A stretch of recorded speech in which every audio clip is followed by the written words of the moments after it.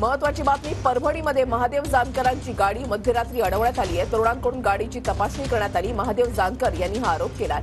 गाडीमधील कागदपत्र फाडण्याचा प्रयत्न करण्यात आला। गाडी अडवत जानकरांच्या पिया आणि चालकाला धमकावल्याचा आरोपही केला जातोय। मवियाचे उमेदवार संजय जाधव यांच्या कार्यकर्त्यांनी हा प्रकार केल्याचा जानकरांचा आरोप आहे। जानकर रत्नाकर गुट्टेंच्या तक्रारीनंतर मोंढा पोलीस ठाण्यामध्ये गुन्हा दाखल करण्यात आला आहे।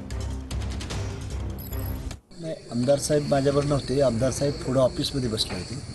मी आणि राजाभाऊ फड आणि मोहन फड आम्ही आत बसलो होतो।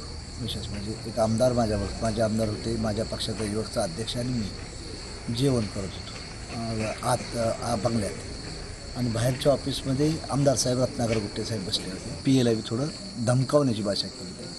त्यांना मी एवढंच आपल्या माध्यमातून सांगतो की लोकशाही मार्गाने इलेक्शन व्हावं।